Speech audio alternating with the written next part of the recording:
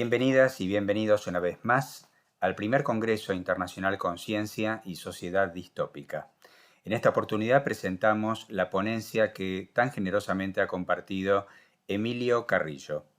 Emilio Carrillo, director del proyecto de investigación Conciencia y Sociedad Distópica, es economista, licenciatura y doctorado con grado de sobresaliente en Ciencias Económicas y Empresariales por la Universidad de Sevilla, escritor de más de 66 libros y más de 600 artículos, conferenciante, más de 850 conferencias en 23 países de los 5 continentes, experto internacional en desarrollo local por Naciones Unidas y funcionario. Ocupa la plaza de subdirector general en la Diputación de Sevilla. Ha desplegado una amplia labor académica, política y de gestión en desarrollo económico y territorial y hacienda pública, materias en las que ha publicado 36 libros y ha sido profesor de diversas universidades españolas y extranjeras. Ha sido consultor de Naciones Unidas, vicealcalde de Sevilla, vicepresidente de la Diputación Hispalense y presidente de la Red de la Unión Iberoamericana de Municipalistas y del Programa de Desarrollo Local de la Organización Internacional del Trabajo. Emilio Carrillo compaginó siempre estas actividades con el interés por otros ámbitos temáticos. Desde el año 2000, a partir de una serie de experiencias vitales y concienciales, su atención se centró prioritariamente en la filosofía, la historia y sobre todo la conciencia y la espiritualidad, campos en los que ha impartido cerca de medio millar de conferencias y talleres y en los que es autor de más de 30 libros. El título de la ponencia de Emilio Carrillo es Señas de identidad de la economía distópica. Y sin más, los dejo en compañía de Emilio Carrillo, agradeciéndoles vuestra atención una vez más y espero que la disfruten. Un abrazo muy fuerte para todos y para todas. Antes que nada, quiero compartir con vosotros que es un placer para mí el participar como ponente en el ámbito de economía en concreto en el Congreso Internacional, precisamente en ese marco de lo que es la distopía y en el marco de sus conexiones e interrelaciones con el mundo de la economía. Voy a compartir una serie de reflexiones que adelanto que van a ser, o voy a intentar que sean profundas, pero eso sí, muy sintéticas, muy breves, para que de esa forma se puedan tocar distintos asuntos que después también considero que pueden ser objeto de vuestra propia reflexión, de vuestro propio análisis, de vuestra propia ponderación, en orden a que vosotros mismos saquéis conclusiones y, por tanto, con el objetivo, en lo que a mí respecta, no de convencer a nadie de nada, sino de poner sobre la mesa una serie de hipótesis para vuestra consideración y que a través de vuestro discernimiento saquéis el jugo y el fruto que cada uno considere oportuno. Lo primero que quiero compartir tiene que ver con lo que ha sido la configuración del sistema socioeconómico en el que actualmente estamos, el sistema socioeconómico vigente.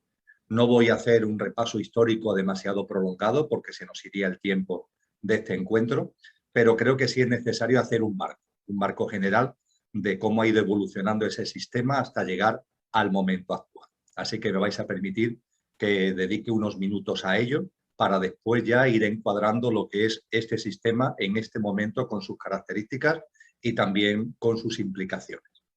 Desde el punto de vista de lo que es la evolución histórica del sistema socioeconómico en el que actualmente nos encontramos, dicen los libros de historia, dice ese gran historiador económico que fue Schumpeter, por ejemplo, que el sistema que conocemos hoy es un sistema económico que arranca a finales del siglo XV, principios del siglo XVI, y que en su primera fase de gestación y de plasmación llega hasta el siglo XIX. La mayoría de los autores que han estudiado este periodo lo llaman el mercantilismo, y lo llaman así porque el comercio, es decir, por tanto, la tarea mercantil de compraventa de mercancías, de bienes, era lo fundamental. Y es donde el sistema tenía la principal base de obtención de ganancia. También se obtenía ganancia a través de la agricultura, pongamos por caso, pero el comercio aparece con fuerza y se convierte en el gran impulsor de la obtención de beneficios y de la obtención de ganancias. Por tanto, en ese sistema, en esta fase mercantilista, el comercio es la piedra angular de la ganancia y el papel protagonista en ese sentido lo tiene el comerciante, lo que en aquella época se llamó también el mercader, que traficaba, movía bienes y servicios, fundamentalmente en aquella época bienes a modo de materia prima. Ese sistema se fue plasmando poco a poco mediante una geoestrategia expansiva que se caracterizaba por ir saliendo de los mercados locales y comarcales, porque fundamentalmente es lo que imperaba a nivel mundial, mercados que territorialmente eran locales y comarcales, y la estrategia del comercio, la estrategia del comerciante fue ir ampliando esos mercados y se fueron consolidando poco a poco mercados regionales y mercados nacionales, con algunos casos de transacciones internacionales, pero muy minoritarias. Fundamentalmente, la geoestrategia expansiva fue la configuración, repito, de mercados regionales y de mercados nacionales, lo cual supuso una expansión muy fuerte con relación a lo que antes eran simplemente mercados locales y comarcales. Hay también que recordar que como telón de fondo del sistema en aquella época, las instituciones políticas pertenecían a lo que los libros de historia denominan el antiguo régimen, es decir, eran instituciones predemocráticas. Aún no había llegado lo que posteriormente hemos conocido como democracia. Y desde luego también hay que tener en cuenta que este sistema tiene una base territorial fundamental, es decir, dentro de su estrategia hay una parte del contexto mundial que es el principal referente, es donde nace, donde se desarrolla, donde empieza a plasmarse. Estamos hablando de Europa. Y podéis ver que en el contexto del proyecto Consciencia y Sociedad Distópica, en el estupendo libro que le sirve de base, en el apartado de economía, se da un arquetipo a cada una de las fases por las que el sistema ha ido pasando. Y a esta primera fase que estamos comentando, siglo XVI-XIX, mercantilismo, el arquetipo que se ofrece es la de el roedor, un ratón, una rata, que acumula, que empieza a acumular, pero que todavía es un animal hasta cierto punto inofensivo. Es lo que caracteriza este roedor, caracteriza muy bien este arquetipo a esta primera fase del sistema. Llegamos así al siglo XIX. En el siglo XIX, como todos sabemos, se produce un hecho clave, que es la revolución industrial. Una revolución industrial que tiene dos grandes oleadas y que va tomando cuerpo a lo largo de todo ese siglo XIX.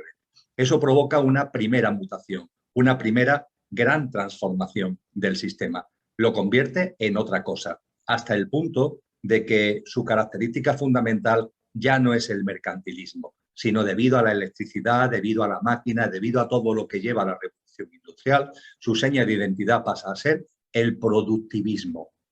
La base de la ganancia va a dejar de ser el comercio, lo cual no quiere decir que el comercio no tenga importancia, pero ya no es la base de ganancia fundamental, sino que la fundamental base de ganancia es el producir lo más posible, con el menor coste posible y en el menor tiempo posible para venderlo lo antes posible y al mayor precio posible. Y la industria, que empieza poco a poco a ir consolidando, se convierte en el eje del sistema, en lugar de lo que era el comercio, la industria y esta característica productivista a la que hemos hecho referencia. Y aparece y emerge una figura económica nueva, la empresa tal como ha llegado prácticamente hasta el momento actual. Es un agente económico que empieza a tomar protagonismo y empieza a coger fuelle a partir precisamente de la revolución industrial. Y si antes hablábamos de la transfiguración de mercados locales y comarcales en regionales y nacionales, en esta nueva fase del sistema, tras la mutación que implica la revolución industrial, se intenta ya fraguar un sistema que tenga relaciones internacionales. De hecho, una de las grandes características que van unidas a la revolución industrial es el colonialismo, que es un buen ejemplo y un buen exponente de esta expansión de los mercados. Y desde el punto de vista institucional, las instituciones del antiguo régimen van dando paso poco a poco a la configuración de instituciones que tienen que ver con lo que hoy hemos denominado democracia, democracias formales, democracias liberales que van poco a poco extendiéndose en aquellos territorios que son los protagonistas del sistema en esta fase que estamos compartiendo. Europa empieza a tener un aliado y empieza a tener una especie de socio y ya no es el único protagonista territorial del sistema. Se le une Estados Unidos, hasta el punto de que poco a poco, la primera potencia económica mundial, que era el Reino Unido, va cediendo el testigo a Estados Unidos. Estados Unidos pasa a ser primera potencia económica del mundo a partir del inicio de la Primera Guerra Mundial, a partir del año 1914. Estamos, por tanto, ante un sistema que ha tenido una transfiguración importante desde muchas perspectivas y el roedor del que hablábamos anteriormente como arquetipo se transforma en otra cosa. El arquetipo que se suele asociar a esta fase del sistema socioeconómico es el león, que tiene una fuerza, evidentemente, que no tiene el roedor, que tiene unas capacidades que no tiene el roedor. Pero no obstante, hay que tener en cuenta una cosa importante. El león tiene una inteligencia medioplacista. Es decir, el león y sobre todo las leonas, que son las grandes estrategas del grupo, cuando van a atacar a un rebaño de cebras, ese ataque que realizan no va dirigido a matar a todas las cebras. Si hay 100 cebras, no se les pasa por la cabeza a los leones y a las leonas matar a las 100 cebras. Matan solamente a aquellas que van a necesitar para su alimento más inmediato. Sería absurdo matar a todas porque la carne se pudriría y se quedarían sin reservas para el futuro. Hay una inteligencia que ha caracterizado la dinámica empresarial en el contexto de esta segunda fase del sistema que, como decíamos, comenzó en el siglo XIX y se ha ido extendiendo a lo largo del siglo XX. Y por fin, amigos y amigas, a finales del siglo XX se ha producido una nueva mutación del sistema.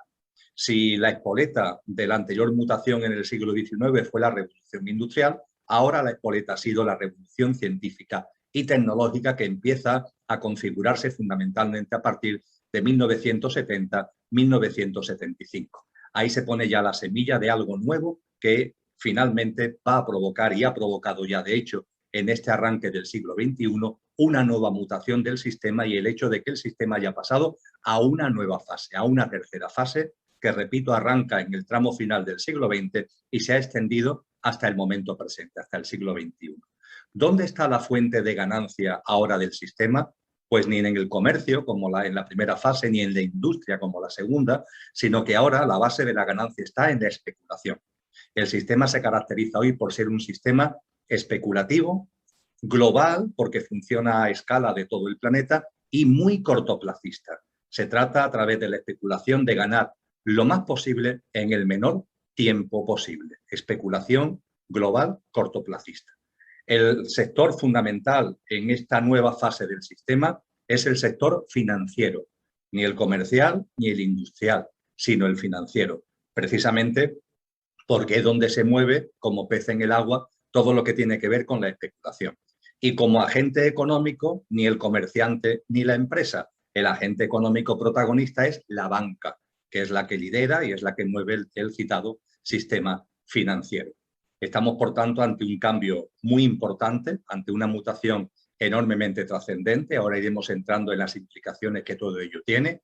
Y, desde luego, la estrategia expansiva ya no es un colonialismo con un intento de expansión internacional. No. Ya estamos hablando de un sistema que se ha globalizado, que desde el punto de vista y gracias a la tecnología opera las 24 horas del día, invirtiendo, desinvirtiendo, moviendo capitales, en definitiva, realizando esa especulación a la que hacía mención, en un contexto político donde poco a poco, cada vez es más evidente, van a ir quedando atrás las instituciones democráticas y van a ir tomando más peso, un peso creciente, instituciones que podemos denominar postdemocráticas, que son fundamentalmente organismos internacionales o foros internacionales donde sea el G8, sea la Organización Mundial de Salud, sea la Organización Mundial del Comercio, sea en el contexto europeo la Comisión Europea o el Banco Central Europeo, etcétera, etcétera. Son ejemplos de lo que quiero decir. Van tomando cada vez más peso foros y organismos internacionales donde se toman las decisiones que después los gobiernos tienen la obligación de facto de llevar a cabo, con un alejamiento de la decisión política de la ciudadanía, con una falta de transparencia en el contexto de esa decisión política y fundamentalmente con la devaluación de lo que hemos conocido como los instrumentos democráticos del sufragio universal, etcétera, porque de hecho aquellos órganos que son elegidos mediante sufragio universal están sometidos a las decisiones que se toman desde estos foros y desde estos organismos que son totalmente ajenos a cualquier tipo de sufragio universal y a cualquier tipo no solamente de elección, sino de control por parte de los ciudadanos. Es la postdemocracia de la que muchos autores vienen hablando hace ya algún tiempo. Y es también digno de reseñar que si Europa fue la protagonista de la primera fase y el eje Europa-Estados Unidos la de la segunda fase, hoy día Europa ha quedado ya en una posición marginal en el contexto de lo que estamos hablando, sigue teniendo peso, pero no tiene protagonismo dentro de todo lo que se está moviendo, y es el eje del Pacífico el que realmente ha tomado ahora mismo el testigo a la hora del dominio territorial de lo que el sistema supone. Desde luego, con China, que está llamada a ser dentro de muy poco primera potencia económica mundial, con Estados Unidos como segunda potencia económica mundial, con Japón como tercera potencia económica mundial y con economías emergentes enormemente potentes como la India o como Brasil, todo lo cual, insisto, se aglutina en torno al eje del Pacífico. Y para terminar este repaso histórico y empezar ya a hablar del momento presente, no quiero dejar en el cajón el arquetipo. Si hemos hablado de que el roedor es el arquetipo que describe muy bien la primera fase del sistema y el león la que describe el segundo, en este caso, en la mutación que hemos vivido y que estamos viviendo actualmente en este arranque del siglo XXI, en esta tercera fase del sistema, el arquetipo es un reptil, el arquetipo es un cocodrilo. Un cocodrilo que se caracteriza porque, volviendo al ejemplo de la cebra, si una cebra se acerca al río donde tiene su hábitat el cocodrilo ataca a la cebra, se le tira al cuello y la mata. Y si se acerca a otra, lo vuelve a hacer. Y si se acerca a otra, lo vuelve a hacer. Y si se acerca a otra, lo vuelve a hacer. Es capaz de matar a todas las cebras, aunque eso sea precisamente eliminar una fuente de alimento, una fuente de sustento para el futuro. Pero la mirada del cocodrilo y la estrategia del cocodrilo no tiene esa inteligencia o lo que tradicionalmente hemos llamado inteligencia que ha tenido la empresa. La estrategia es absoluta y totalmente cortoplacista. No dejar para mañana lo que pueda ganar hoy a costa de lo que sea. Y en esas estamos, amigos y amigas. Es importante, creo, tener este telón de fondo, porque hay muchas personas que se preguntan, bueno, ¿cómo pasan las cosas que pasan? Bueno, todo tiene un sentido, todo tiene un porqué. Y el porqué es que el sistema, al hilo precisamente de lo que han sido avances tecnológicos, porque la revolución industrial fue un salto tecnológico muy importante, de poca monta en comparación con la que hemos tenido ahora, pero debido a esos saltos tecnológicos el sistema se ha ido transfigurando hasta tomar carta de naturaleza esta especulación global cortoplacista a la que he hecho referencia y este cocodrilismo que es lo que rige fundamentalmente el sistema a escala global, a escala mundial. A partir de ahí, vamos a dejar ya atrás la historia para centrarnos en el momento actual. Creo que para comprender bien ese momento actual, aparte de lo que ya hemos compartido, hay que tener en cuenta que se están dando dos hitos históricos en el momento presente, en este año 2021, se están dando dos hitos históricos en el ámbito socioeconómico. Y cuando hablo de hitos históricos me refiero a dos hechos, a dos circunstancias que no tienen precedentes, que es la primera vez que se produce y que tiene una enorme significación para entender cómo funciona la economía en la sociedad actual en la que estamos. ¿Cuáles son esos dos hitos históricos? El primero, la acumulación del patrimonio y la riqueza por un muy reducido grupo de personas. Los estudios económicos, las estadísticas económicas, ponen de manifiesto que el año 2015 fue la primera vez en el que el 1% de la población mundial acumuló más patrimonio y riqueza que el 99% restante. Eso no se había producido nunca en la historia de la humanidad y en la historia de la economía. Siempre ha habido, entre comillas, ricos y pobres, pero esta concentración de riqueza, este nivel de atesoramiento y de acumulación, donde el 1% de la población tiene más patrimonio y riqueza que el 99% restante, no tiene parangón en la historia. Nos estamos acercando a 8.000 millones de seres humanos. Bueno, pues en esos 8.000 millones de seres humanos, aplicando este porcentaje, habría unos 80 millones que tienen más patrimonio y riqueza que 7.990 millones de seres humanos. Pero es que realmente, cuando se profundiza en ese 1%, en el contexto del proyecto de investigación Consciencia y Sociedad Distópica, se ha colaborado y se han hecho cosas con relación a esto. Cuando se profundiza en ese 1%, lo que podemos encontrarnos es que realmente, aunque ese dato estadístico es cierto, pero no es menos cierto que dentro del 1% hay una pequeña parte que es la que realmente aglutina la mayor parte de la riqueza y el patrimonio. Lo que ha llevado a hablar con razón el 1% del 1%. No ya el 1%, sino el 1% del 1%, que pone muy bien sobre la mesa y caracteriza muy bien el momento en el que estamos, de esa enorme apropiación que es de riqueza, que es de patrimonio, que también son de recursos naturales, que también son de la tierra, que también son del agua, que cada vez son propiedad de menos manos. No ya el 1%, sino el 1% del 1%. Y junto con esto, junto con esta enorme acumulación en muy pocas manos de la riqueza, el patrimonio, los recursos naturales, etcétera, etcétera, el segundo hito histórico al que me refería es el surgimiento y la configuración de un nuevo tipo de imperio. Y esto, amigos y amigas, es importantísimo que lo tengamos cada vez más presente. Todavía seguimos con una mentalidad que es prácticamente del siglo XIX. Hablamos, yo lo he hecho en la introducción a lo que ha sido la evolución del sistema para hacerme entender. Hablamos de Europa, hablamos de Estados Unidos, hablamos de China, hablamos de Japón, es decir, hablamos de territorios. Pero la realidad es que en el momento presente no tenemos imperios territoriales, aunque haya países, por supuesto, con mucha mayor influencia que otros en el contexto mundial, pero donde se toman decisiones, donde hay poder acumulado a escala mundial, ya no son imperios del formato territorial que han marcado la historia, sino que asistimos, insisto, al surgimiento y la configuración de un nuevo tipo de imperio. ¿Cuáles son esos imperios? Las grandes corporaciones transnacionales, empresariales y financieras. Podría aportar muchísimos datos. Basta, creo, con uno. En la Asamblea de la Organización de Naciones Unidas se sientan 193 países. Son los países que conforman la Asamblea de Naciones Unidas, más 2 países invitados, el Vaticano y Palestina. En total, 195 países. Pues bien, las 10 mayores corporaciones transnacionales mueven al año más recursos que 180 de esos 195 países.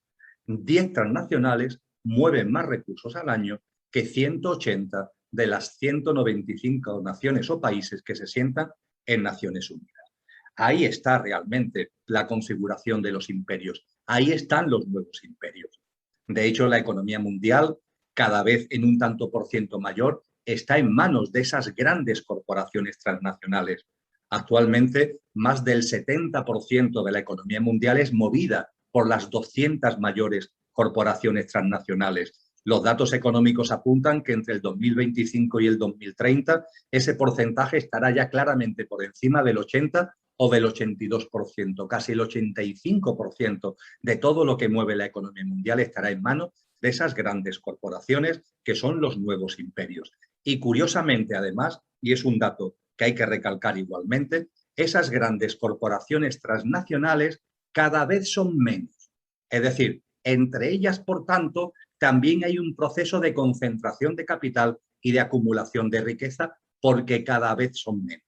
Y como botón de muestra, el mercado bursátil mayor del mundo, el mercado de Wall Street, la bolsa de Nueva York, en 1997 cotizaban en ellas X empresas.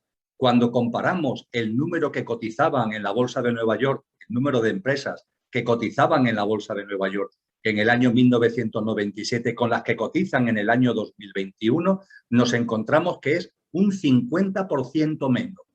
No un 5, no un 10, no, un 50% menos. Se han reducido a la mitad como consecuencia precisamente, insisto, de esta concentración, de esta acumulación que se está teniendo lugar en el contexto de estas grandes corporaciones transnacionales. Expuesto lo que he venido comentando sobre la evolución histórica del sistema y caracterizado el momento presente de la forma que hemos hecho y de la mano de estos dos hitos históricos que acabo de compartir, hay que llegar a una conclusión, que sería como el tercer punto de la tercera gran reflexión que quiero compartir con vosotros y con vosotras. Porque cuando cogemos los datos de los que disponemos sobre ese 1% del 1% y cogemos los datos de los que disponemos de los paquetes accionariales de esas grandes corporaciones transnacionales, vemos que hay unos lazos de conexión muy fuertes, es decir, el 1% del 1% son los propietarios mayoritarios de los paquetes accionariales de esas grandes corporaciones que se han convertido en los nuevos imperios. Y cuando todos estos datos los ligamos, los computamos conjuntamente, lo vamos mezclando para sacar conclusiones, la conclusión fundamental es que dentro del 1% del 1%, esos paquetes accionariales están en manos de familias, están en manos de clanes de intereses creados y de redes de intereses que tienen a su vez cabezas, que tienen como líderes, como si fueran cabezas de familias que son los que realmente lideran todo el sistema, por el poder y la riqueza que tienen y por los paquetes accionariales que tienen también a través de esas corporaciones transnacionales. En definitiva, lo que os traslado como conclusión importante que someto a vuestra consideración es que no hay más de unas pocas decenas de personas, no son más de unas pocas decenas de personas las que manejan, las que dominan, las que controlan el sistema socioeconómico vigente. Esa acumulación, esa apropiación, ese papel protagonista de las grandes corporaciones transnacionales tiene detrás a una exigua minoría de unas pocas decenas de personas que tienen como fuente principal de ganancia la especulación global y cortoplacista a la que hicimos referencia hace unos minutos. Y esto evidentemente tiene consecuencias, tiene muchas consecuencias, pero me vais a permitir que, como el tiempo que tenemos lógicamente es limitado, voy a hacer referencia fundamentalmente a dos y de manera breve. La primera consecuencia de todo lo que venimos comentando es el enorme nivel de desigualdad y de injusticia social que hay en el planeta. Decíamos antes, siempre ha habido ricos y pobres, sí, pero el nivel de desigualdad, el escalón que hay entre los más ricos y los más pobres, los niveles que hay de disparidad social en el contexto planetario, nunca antes habían tenido lugar a nivel mundial, ni siquiera analizando países individualmente considerados. Fijaros, las organizaciones que se mueven en el ámbito de las ONGs, organizaciones que tienen que ver incluso con sistemas de colaboración entre ONGs, van haciendo todos los años, muchos lo sabéis, informes sobre las desigualdades en el mundo. Pues bien, en enero del año 2020, antes de que la pandemia, a la que haremos referencia ahora, antes de que la pandemia estallara como tal, en esos informes ya ponían de manifiesto que el nivel de desigualdad en el mundo, enero del año 2020, repito, había llegado a un nivel tal que ya no cabían calificativos. Es decir, los calificativos ya se han agotado. No es que estemos ante una enorme desigualdad, una desigualdad apabullante, no. Cualquier calificativo que busquemos en el diccionario es insuficiente para describir a dónde se ha llegado en la desigualdad y en la injusticia social que hay en el mundo, que evidentemente tiene como punta del iceberg a los casi 900 millones de seres humanos que padecen hambruna, es decir, que están en una situación donde el hambre pone en riesgo sus vidas y está provocando la muerte. Pero esto, desgraciadamente, siendo tremendo, no es sino solo la punta del iceberg de algo muchísimo mayor, que es una desigualdad que ha alcanzado tal envergadura que ya no tenemos ni siquiera calificativo para nombrarla, para hacer llegar una idea con relación a la dimensión de la misma. Y si esto es una consecuencia de lo que habíamos venido compartiendo, la otra consecuencia tiene que ver con las tecnologías.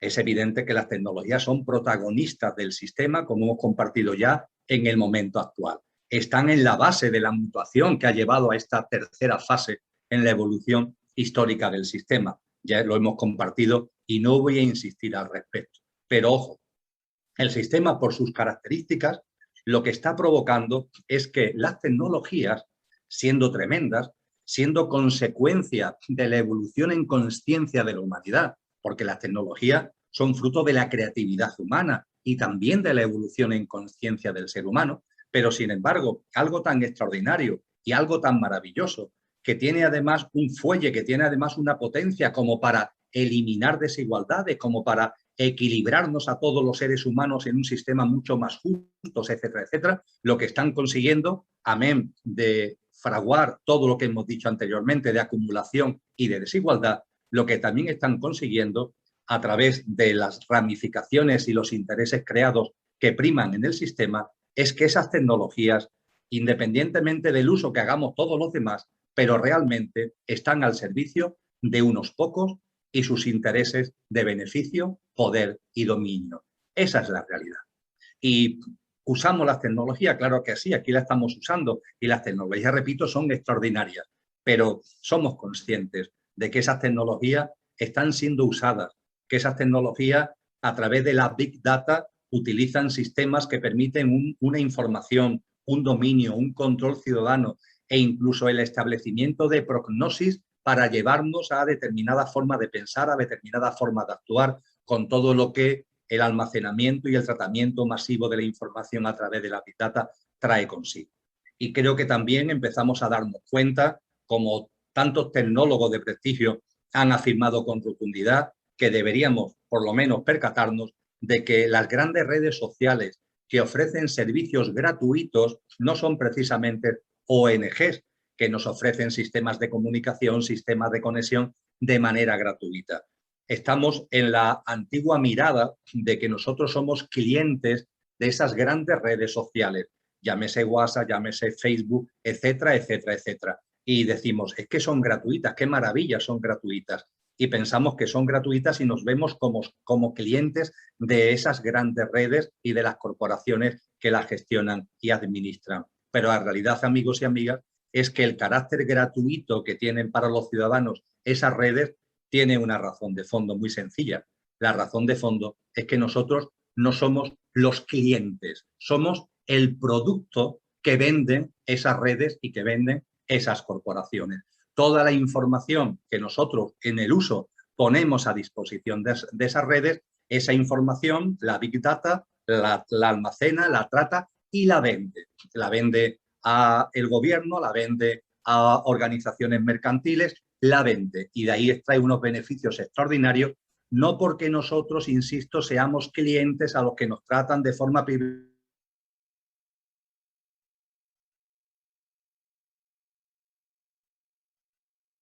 productos que mueven y que venden y de donde tienen precisamente, repito, sus beneficios. Por tanto, en el sistema en el que estamos, con las características que hemos definido, las desigualdades y las tecnologías al servicio de unos pocos y de sus intereses son dos caracterizaciones, son dos señas de identidad que hay que poner encima de la mesa, hay que subrayar y hay que resaltar. Junto con esto, para avanzar un poquito más, el sistema socioeconómico actual, además de todo lo expuesto, tiene otra característica que es suficientemente conocida, pero que hay que poner cada vez más en valor: la deuda pública y privada. Yo diría o hablaría de la imparable sin razón de la deuda pública y privada. Una deuda que ha ido creciendo, creciendo, creciendo y que llega al punto de que solo la deuda pública, no hablemos ya de la deuda de empresas, de ciudadanos, no, la deuda de los estados, la deuda de los gobiernos, tiene una dimensión tal que no hay dinero en el mundo para pagarla. Es decir, si cogiéramos todo el dinero, billetes y monedas de todas las divisas que existen en el planeta y juntáramos todo ese capital, no habría dinero suficiente para pagar la deuda pública, la deuda que han acumulado los estados. Y eso ha hecho a su vez y ha conllevado algo muy importante. Por un lado, a la deuda pública de los estados hay que sumarla a la deuda pública privada, de empresas y de particulares. Lo que si no había dinero suficiente para pagar la deuda pública, no hace falta tener mucha imaginación para llegar a la conclusión de que el nivel de deuda pública total ha llegado a unos límites que son simplemente estrafalarios. Y junto con ello, no podemos de ninguna forma pasar por alto lo que ya ese gran pensador, ese gran intelectual, ese gran ensayista que fue Zygmunt Bauman, ya nos adelantó. Él habló de la consolidación de una raza de deudores, que la sociedad actual, el sistema socioeconómico actual se iba a caracterizar por ser una raza de deudores, es decir, agentes económicos que deben tanto dinero que se convierten en esclavos del sistema porque no tienen margen de maniobra para tomar decisiones y están sometidos y están controlados por aquellos que llevan la sartén por el mango de la financiación y refinanciación continuo de la deuda.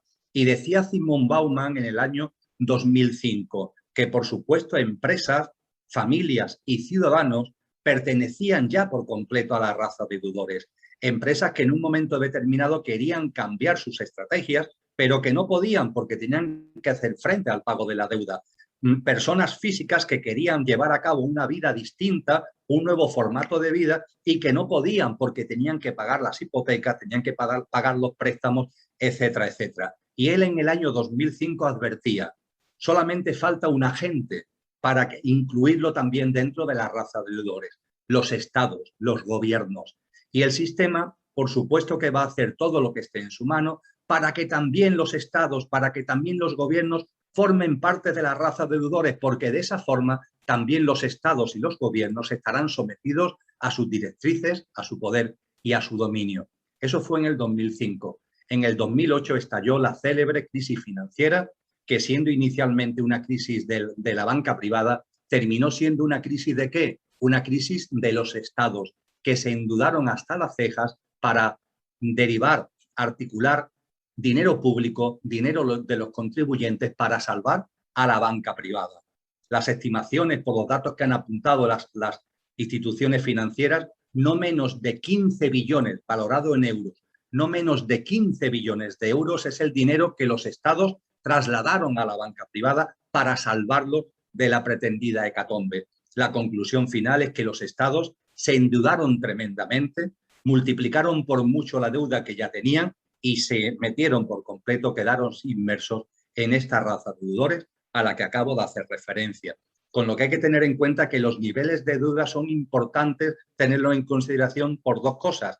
Por su volumen estrafalario, que pone en cuestión el propio mecanismo del dinero, como ahora veremos, eso por una parte, pero también es muy importante por lo que tienen de sometimiento en las decisiones, ya no solamente de ciudadanos, familias y empresas, sino también de estados y de gobiernos, a los criterios de esos que manejan la sartén y que financian, no financian, refinancian o no te refinancian, con mayor prima de riesgo, sin menor prima de riesgo, abriendo el grifo, cerrando el grifo, por criterios suyos que tienen que ver con cómo tú te portas con relación a él.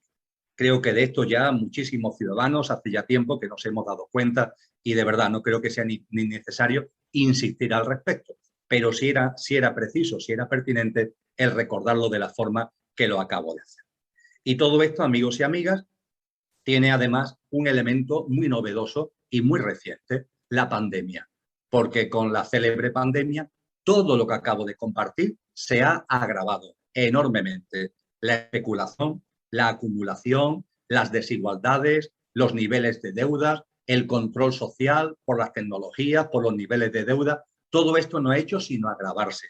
Aquí los datos son también enormemente potentes. Todos los datos que tenemos a nuestra disposición ponen en evidencia cómo a nivel mundial, por supuesto, que la pandemia ha tenido y ha conllevado estragos económicos. Por ejemplo, la Organización Mundial del Trabajo ha puesto de manifiesto que el poder adquisitivo mundial ha disminuido un 11% debido a los efectos de la pandemia. Pero, sin embargo, y en paralelo, la riqueza de esa exigua minoría a la que hacíamos referencia anteriormente no solamente no ha disminuido, sino que se ha multiplicado. Y para algunos de ellos y para algunos sectores se ha multiplicado espectacularmente. Por tanto, todo lo que he compartido no se ha puesto en solfa por la pandemia, sino todo lo contrario. Se ha agravado, se ha hecho más rotundo, se ha plasmado todavía más íntegramente con lo que la pandemia, desde el punto de vista socioeconómico, ha traído consigo.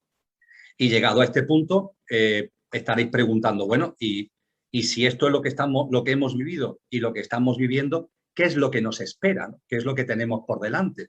Podemos hacer una prognosis de algunas circunstancias, de algunos hechos que estén en el horizonte y que podamos asegurar con cierta certeza que son hechos que se van a producir? Bueno, voy a intentar poner en común con vosotros y con vosotras algunos de estos hechos. El primero, la inestabilidad y la inseguridad no como excepción, sino como norma.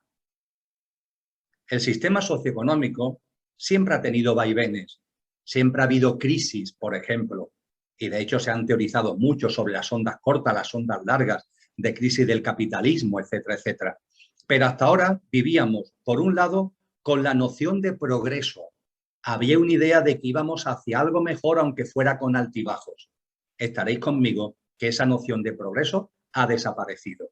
Ahora, para la mayoría de los ciudadanos y para la mayoría de los agentes económicos, están metidas en un virgencita que me quede como estoy, que esto no vaya a peor, que esto no vaya a peor, o como mucho que recuperemos como estábamos antes. Nadie se plantea, oteando el futuro, un futuro mejor. La idea de progreso se ha desvanecido por completo. Y junto con la idea de progreso, la idea de estabilidad. Hoy ningún análisis serio puede barruntar ningún tipo de estabilidad en el sistema socioeconómico a corto, medio y largo plazo, porque su característica, repito, una de las señas de identidad en esta prognosis que estamos haciendo para los próximos años es que vamos a vivir en una permanente inestabilidad, una permanente inseguridad, que no será en la excepción, sino la norma. Y esto me recuerda dos expresiones. Una de ellas debemos a Foucault, que ya en los años 60 del pasado siglo XX decía que íbamos hacia una sociedad, hacia una economía que se caracterizaría por vivir peligrosamente. Es la traducción al castellano de la aportación de Foucault. Vivir peligrosamente. Bueno, pues ese vivir peligrosamente de Foucault caracteriza muy bien el horizonte del sistema socioeconómico que podemos otear. Y junto con eso, otra expresión que le debemos a Zygmunt Bauman, al que anteriormente hice mención, la sociedad líquida y evanescente. Este sistema socioeconómico lleno de inestabilidad, lleno de inseguridad, la planificación, la racionalidad en la toma de decisiones, etcétera, etcétera, todo va quedando a un lado. Y lo que prima fundamentalmente es esa sociedad líquida, absolutamente cambiante y evanescente, sin elementos de estabilidad, sin enraizamiento, sin sistemas de referencias claros. Y eso en el mundo económico está teniendo y va a seguir teniendo muchas consecuencias, y no digamos ya en el ámbito familiar y en el ámbito personal de cada ser humano, porque el ser humano aspira de una forma natural a esos sistemas de referencia, a esa estabilidad, a esa seguridad, y este sistema lo que va a dar como fruto natural del mismo va a ser todo lo contrario. Junto con esta inestabilidad e inseguridad, la volatilidad y virtualidad especulativa. Se habla hoy mucho de lo virtual, ¿verdad? Pero no sé si sabéis que lo primero y más potente que en el ámbito virtual llegó a este planeta fue el mundo del dinero. Fue lo primero que se hizo absolutamente virtual, porque si después de la Segunda Guerra Mundial las monedas no tenían el apoyo de reservas en oro, salvo el dólar americano y la libra esterlina, que servían de referencia a todas las demás, la libra esterlina declaró su no convertibilidad en 1957 y el dólar declaró su no convertibilidad en oro en 1971. Llevamos medio siglo sin que ninguna moneda, cuando se emiten billetes, tenga respaldo en oro. ¿Qué respaldo tienen entonces? Ninguno, absolutamente ninguno. Tienen el respaldo de la consideración social.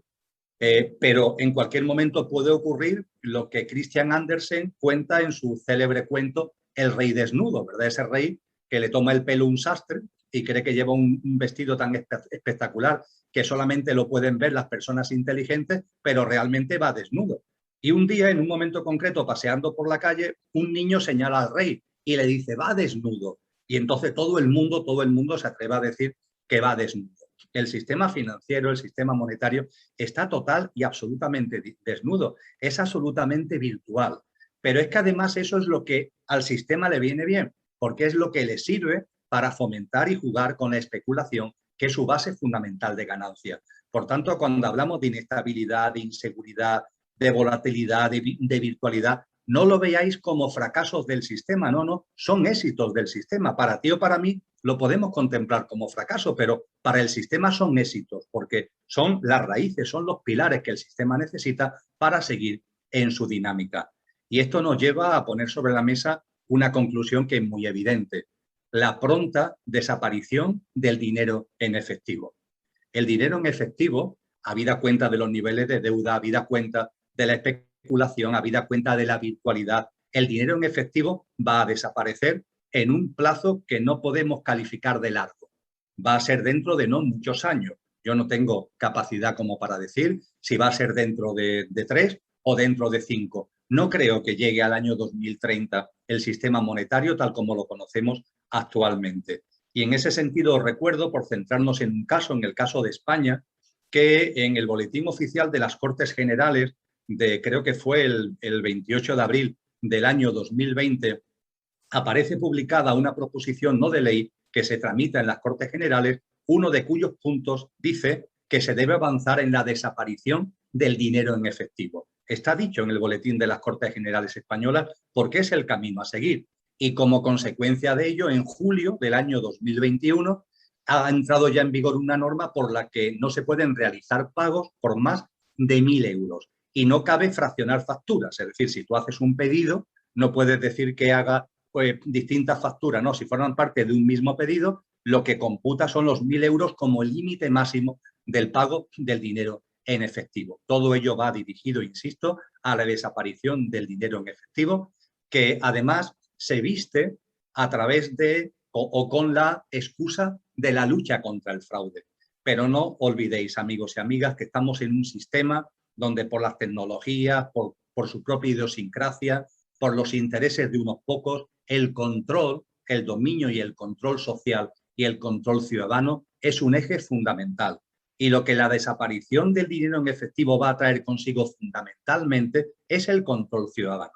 El que cada vez que una persona se mueva para lo que sea, tenga que realizar el pago de lo que sea, esté inserto en el sistema y esté controlado por el sistema. Nos venderán que es la lucha contra el fraude. El fraude fiscal está ahí hace mucho tiempo y no luchan contra él, y dan amnistías fiscales en la mayoría de los países desarrollados a los grandes defraudadores periódicamente. Si hubiera de verdad un deseo de acabar con el fraude fiscal, hace mucho tiempo que ese fraude hubiera disminuido de manera muy significativa. Lo importante de esta desaparición del dinero en efectivo y pago con tarjeta de crédito y con nuevos mecanismos de pago que irán apareciendo es el control ciudadano.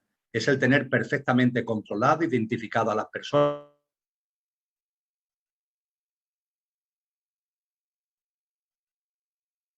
apartados de este Congreso y en otros apartados del proyecto de investigación Conciencia y Sociedad Distópica se analiza de manera exhaustiva. También en esta prognosis apresurada, pero resumida, creo que de forma potente, que estoy llevando a cabo, sin quedarme atrás lo que pueden ser elementos fundamentales, también creo que tenemos que tener en cuenta los continuos cambios de relato. Recordad que en 1984 de Orwell existía un denominado Ministerio de la Verdad. Y el Ministerio de la Verdad cambiaba la verdad cuando le interesaba. Hoy los malos eran aquellos. Bueno, pero ahora por intereses de los poderosos, ahora aquellos son buenos. Y el Ministerio de la Verdad cambiaba por completo el relato. Y la gente tenía que creerse a pie juntillas el nuevo relato.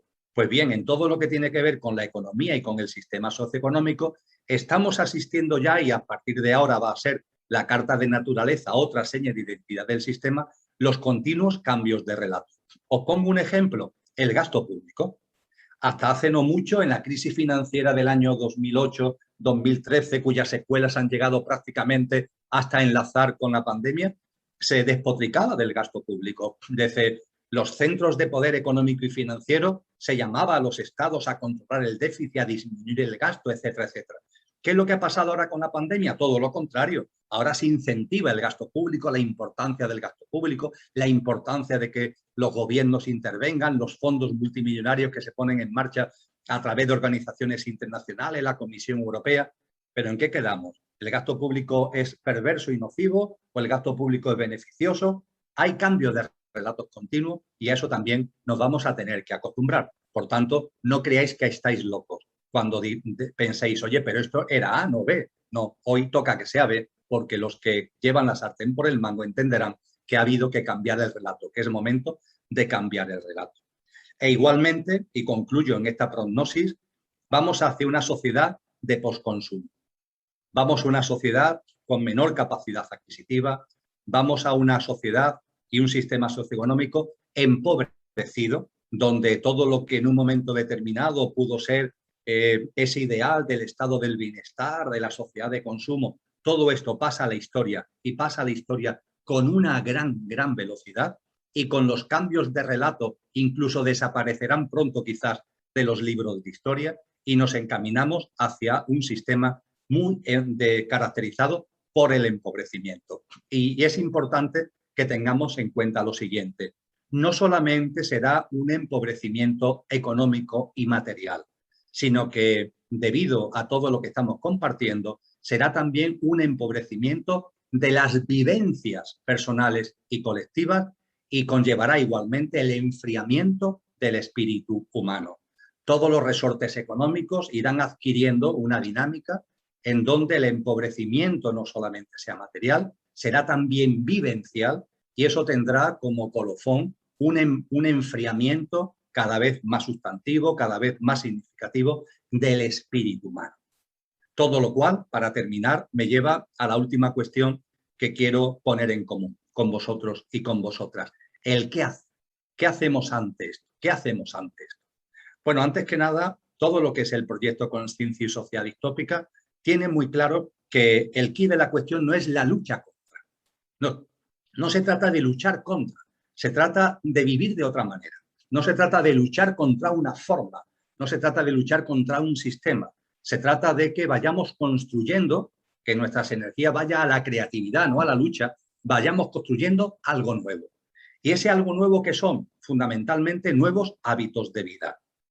En el proyecto va a haber también otros ponentes que se van a detener al respecto. En el proyecto Consciencia y Sociedad Distópica se entra en lo que son esos nuevos hábitos de vida, en donde vayamos desconectando del sistema lo más posible, vayamos teniendo una vida sencilla y alegre, que es todo lo contrario de lo que el sistema pretende y de lo que el sistema plantea, y esto se plasma en un ritmo de vida distinto, un ritmo de vida que no esté caracterizado por el estrés, que no esté caracterizado por el culto a la velocidad, y en el convencimiento de que siempre hay margen. Hay gente que dice, es que no puedo, en el contexto laboral en el que yo estoy, hay que llevar a cabo una desconexión del sistema, de sus parámetros, de sus valores, hay que llevarlo a cabo en la medida de lo posible, y siempre hay margen de maniobra para llevar un ritmo de vida más sosegado y más tranquilo. Siempre hay margen de maniobra para no dejarnos llevar por este cúmulo de necesidades, necesidades básicas e incluso necesidades artificiales que creemos que tenemos que cubrir con mucha abundancia. No, las necesidades ahí están. Las artificiales haríamos bien en podarlas y irnos quedando con las necesidades que son realmente necesidades, es decir, con las necesidades básicas. Y esas irlas cubriendo con austeridad, que es lo mismo que decir con sentido común. Y de la misma forma, amigos y amigas, este sistema volátil, inseguro, inestable, especulativo, todo lo basa en el valor de cambio de las cosas, porque ese valor de cambio de las cosas es lo que le permite precisamente especular con esas cosas y con su valor.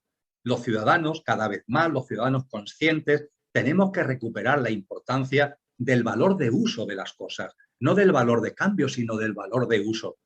Ese gran poeta y también gran sabio que fue Antonio Machado nos dijo ya hace muchas décadas, no hay que confundir valor y precio, pero el sistema nos lleva a que confundamos valor y precio, a que prioricemos el valor de cambio sobre el valor de uso de las cosas. Cuando se trata de regalarle a alguien algo por su cumpleaños, por Navidad, ¿por qué hay que regalarle cosas que valgan dinero?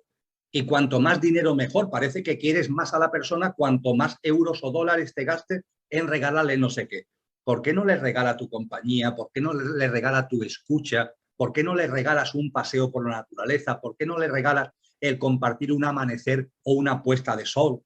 No, estamos enfrascados en esa dinámica absurda del valor de cambio, y cuando hablamos del qué hacer, por tanto, estamos hablando de cuestiones la importancia del valor de uso, del ritmo de vida, de la moderación de nuestras necesidades, de hábitos de consumo sostenibles, de comercios de proximidad, etcétera, etcétera, que tienen que ver con desconectar con la línea que el sistema quiere que vayamos todos detrás para vivir de una manera distinta.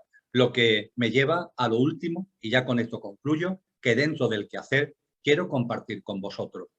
Y no quiero detenerme en propuestas pequeñas, que son importantes, no lo dudo, pero que no dejan de ser enormemente modestas para que podamos impulsar creativamente algo nuevo.